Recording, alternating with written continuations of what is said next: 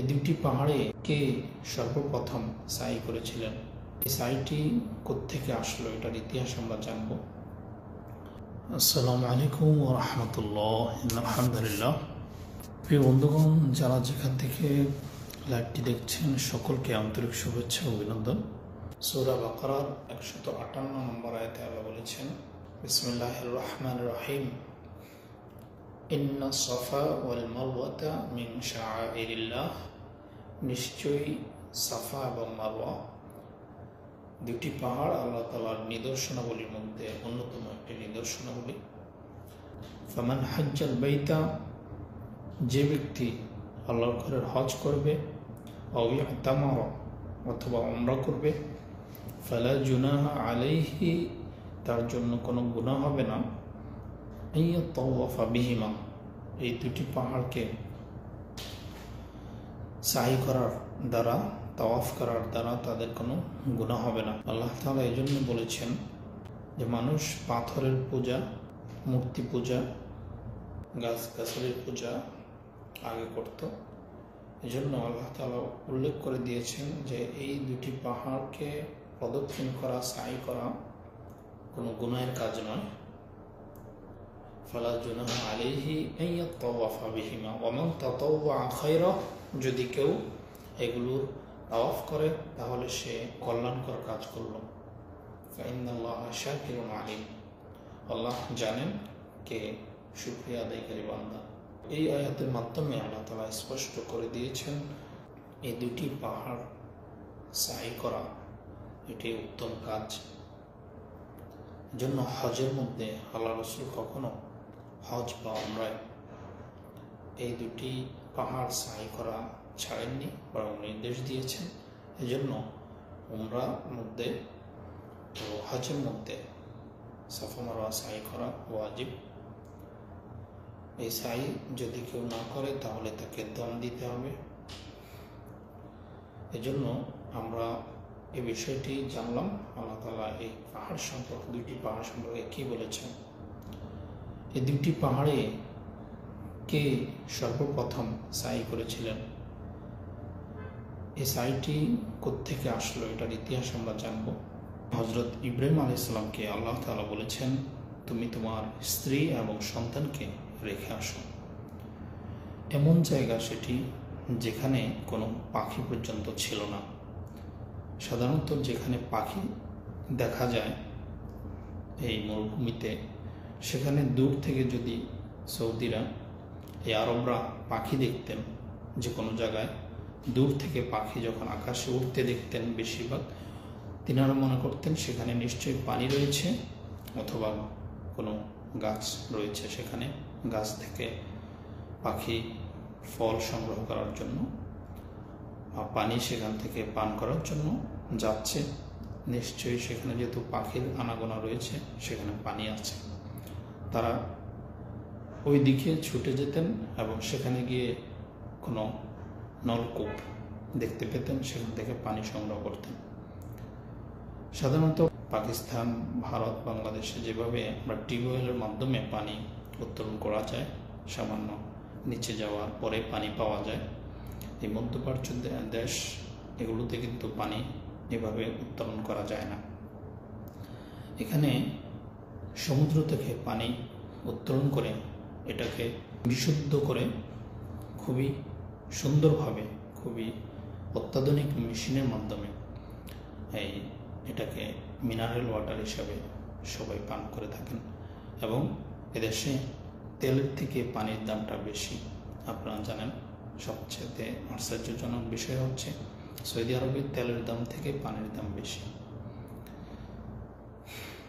আগে এরকম ছিল যে গাড়িতে তেল পুরাতেন, ফুল করতেন, তাকে পানি দেওয়া হতো 2 লিটারই। তো পানিটা কেন দেওয়া হতো? পানিটার উসিলায়, পানির চাহিদায় তেল ফুরাইতে আসবে, এই জন্য। এখন অবশ্য সেটা দেখা যায় না। তো প্রিয় বন্ধুগণ, যেটা আমি বলতে চেয়েছি, আমি অন্যদিকে চলে গিয়েছি সেটা প্রাসঙ্গিকভাবে। তো সেখানে কোনো পাখিও উঠতে দেখা যায়নি, এমন স্থানে বনবাসে রেখে আসছিলেন। প্রিয় ভাইরা যারা এখানে আলেম রয়েছেন, হাফেজ রয়েছেন, তারা সিরাতে মুস্তাকিম হয়তো কিতাবটি পড়েছিলেন, সেখানে এসেছে এই সাফা, এই ইতিহাসটি। ইব্রাহিম আলাইহিস সালাম দোয়া করেছিলেন, আল্লাহ তাআলা সেই দোয়া কোরআনে উল্লেখ করেছেন, রব্বানা হাব লানা মিন আজওয়াজিনা ওয়া যুররিয়াতিনা কুররাতা আয়ুন ওয়াজআলনা লিল মুত্তাকিনা ইমামা। ইয়া রাব্বুল আলামিন, আমাকে এমন সন্তান, এমন স্ত্রী দান করেন যাকে দেখলে চক্ষু শীতল হয়। ওয়াজআলনা, এবং বানিয়ে দেন, লিল মুত্তাকিনা ইমামা, মুত্তাকিদের ইমাম বানিয়ে দেন। এমন সন্তান আমাকে দান করেন যাকে মুত্তাকিদের ইমাম আপনি বানাবেন। আল্লাহ তাআলা এই দোয়া কবুল করে মুত্তাকিদের ইমাম বানিয়ে দিয়েছেন হযরত ইসমাঈল আলাইহিস সালামকে। আপনারা হযরত ইসমাঈল আলাইহিস সালামের কোরবানির ইতিহাস জানেন। তো ধারাবাহিকভাবে আপনাদেরকে হযরত ইসমাঈল আলাইহিস সালামকে যে স্থানে কোরবানি করার জন্য নিয়ে গিয়েছিলেন, যেখানে শয়তানকে পাথর মারা হয়েছিল, আমি সব কিছুর ইতিহাস এবং ভিডিও সহ আপনাদেরকে তুলে ধরার চেষ্টা করব ইনশাআল্লাহ তাআলা। আপনারা আমার এই প্রোফাইলের মাধ্যমে ভিডিওগুলো পাবেন। সেখানেও আমি সংক্ষিপ্তভাবে সেই ইতিহাস এবং ওই জায়গাটি আপনাদেরকে শেয়ার করার চেষ্টা করেছি। আল্লাহ তাআলা যাতে আমাদের এই প্রয়াসকে কবুল করেন। ভালো কিছু শেয়ার করা আরও একটি ভালো কাজ, তাই আপনাদের সাথে এই ভালো স্থানগুলো, ইসলামের ঐতিহাসিক স্থানগুলো শেয়ার করার চেষ্টা করছি।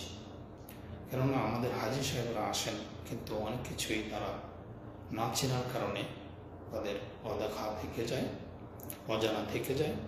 আর যারা আসতে পারেনি তারা তো সবসময় দোয়া করে আসতেছি যে আল্লাহ যাতে আমাদেরকে এই জায়গাগুলো ঘুরে যাওয়ার তৌফিক দান করেন।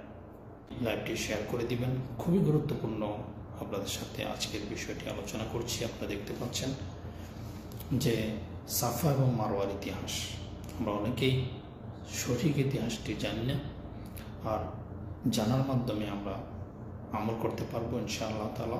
অপরে আমল করবে। আপনার এই ভিডিওটি শেয়ার করা এটি একটি সদকায়ে জারিয়ার কাজ হয়ে যাবে ইনশাআল্লাহ তাআলা। হযরত হাজর আলাইহিস সালাম এবং ইসমাঈল আলাইহিস সালামকে সেখানে রেখে এসেছিলেন আল্লাহ তাআলার নির্দেশে।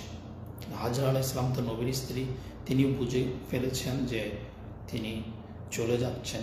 হযরত ইব্রাহিম আলাইহিস সালাম এই মরুভূমিতে রেখে তিনি পিছন থেকে ডাক দিলেন, আপনি কোথায় যাচ্ছেন আমাদেরকে একা রেখে?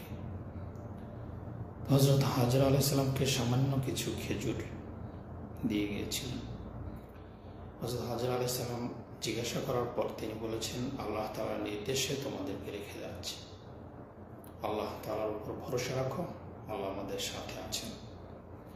নবীর স্ত্রী নবীর মতো ধৈর্যশীল হবে, এটাই স্বাভাবিক। তিনি বলেছেন, আল্লাহ তাআলা যদি বলে থাকেন আমরা আল্লাহর উপর ভরসা করে এখানে আছি, আপনি যেতে পারেন। কিছুদিন পর খেজুর, সামান্য পানি সবকিছু শেষ হয়ে যায়। আর অন্যদিকে হযরত হাজর আলাইহিস সালামের স্তনের যে দুধ সেটিও শেষ হতে থাকে। বাচ্চা যখন ইসমাঈল আলাইহিস সালাম দুধ পাচ্ছেন না, তখন তিনি কান্না করতে থাকেন। শিশু তখন ছোট্ট শিশু, একদম এই দুধের শিশু যে চাঁদের ন্যায় সুন্দর, সেই শিশুকে তিনি রেখে আসছেন। হযরত ইব্রাহিম আলাইহিস সালাম ৯৯ বছর বয়সের যে একমাত্র সন্তানকে রেখে তিনি আল্লাহর নির্দেশ পালন করেছেন। দেখেন তো হযরত ইসমাঈল আলাইহিস সালামের কান্না দেখে হাজর আলাইহিস সালাম সেই দুইটি পাহাড় রয়েছে সেখানে, একটি পাহাড়ের নাম সাফা পাহাড় আর একটি মারওয়া পাহাড়। এই দুইটি পাহাড়ে তিনি প্রদক্ষিণ করেন। ৭ বার তিনি এই পাহাড়গুলোতে, এক পাহাড়ে যান, পানি না পেয়ে আরেক পাহাড়ে আসেন, আবার বাচ্চার কাছে আসেন, আবার বাচ্চাকে দেখে আবার অন্য পাহাড়ে যান, সেখান থেকে পানি না পেয়ে আবার বাচ্চাকে দেখতে আসেন। এভাবে তিনি যখন চতুর্থবার বাচ্চার কান্না শব্দ কমে আসে, তখন তিনি ভয় পেয়ে যান যে বাচ্চা হয়তো বাঁচানো সম্ভব হবে না আমার বাচ্চাকে, যেহেতু স্তনের দুধ শুকিয়ে গেছে, তিনিও পানি পান করতে পারছেন না, খাবার নেই, সব কিছু কেমন একটা পরীক্ষা আল্লাহ তাআলা নিয়েছেন। দেখেন, তাদের থেকে আমরা যদি আজ আমাদের সামান্য কিছু হলেই আমরা নিরাশ হয়ে যাই, ধৈর্য ধরতে পারি না, আল্লাহর উপর ধৈর্য ধরি না আমরা, তো তিনারা কেমন ইমানদার ছিলেন, আল্লাহর উপর ভরসা করে এই পরীক্ষায় তিনারা সফল হয়েছেন। এভাবে পঞ্চমবারও তিনি নিরাশ হয়ে যান যে হয়তো আমি আমার বাচ্চাকে আর বাঁচাতে পারলাম না।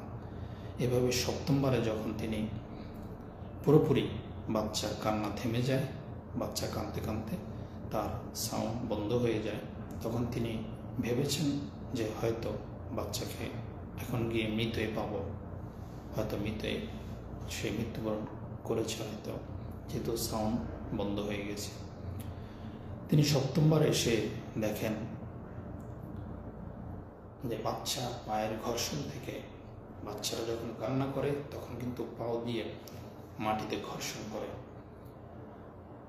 আর বাচ্চার পায়ের যে ঘর্ষণ সেখান থেকে পানি বের হচ্ছে, এবং স্বচ্ছ পানি, যেই পানি মাধ্যমে আল্লাহ তাআলা হযরত ইসমাঈল আলাইহিস সালামের মুখে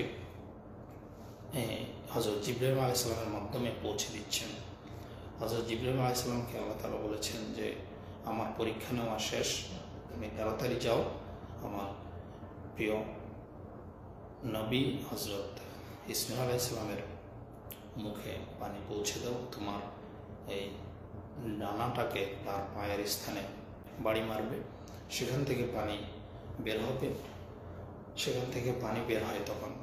সুবহানাল্লাহ, এই পানিটাই মূলত জমজমের পানি। সেই পানি আজও পর্যন্ত কখনো সামান্যতম কমেনি, মানে এমন বেশিও হয়নি যে সব কিছু নষ্ট হয়ে যাবে বা ডুবে যাবে, এমন পানির লেভেলটা সবসময় একই স্থানে থাকে। এজন্য আল্লাহ তাআলা এভাবে আল্লাহর প্রিয় হাবিব ইব্রাহিম আলাইহিস সালাম থেকে পরীক্ষা নিয়েছেন। হযরত হাজরা আলাইহিস সালাম সপ্তমবার এসে দেখেন যে তার সন্তান খেলা করছে এবং তার মুখে অটোমেটিক পানি যাচ্ছে।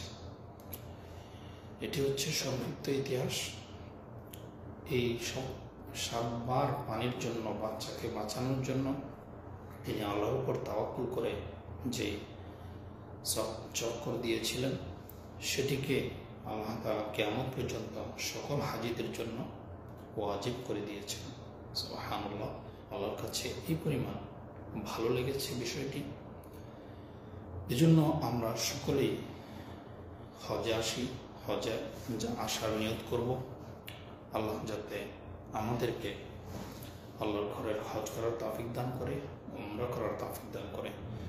সামনেই হজের মাস, এই শাওয়াল মাসে আমরা 6টি রোজা রাখবো, এবং হজের মাসে আমরা যে আমলগুলো রয়েছে আমরা সেই আমলগুলো করব।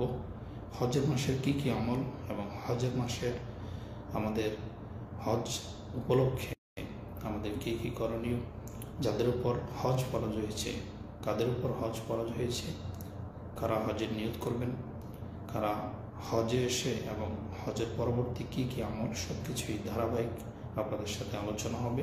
আল্লাহ তাআলা তৌফিক দান করুক। ওয়া মা তৌফিকি ইল্লা বিল্লাহ।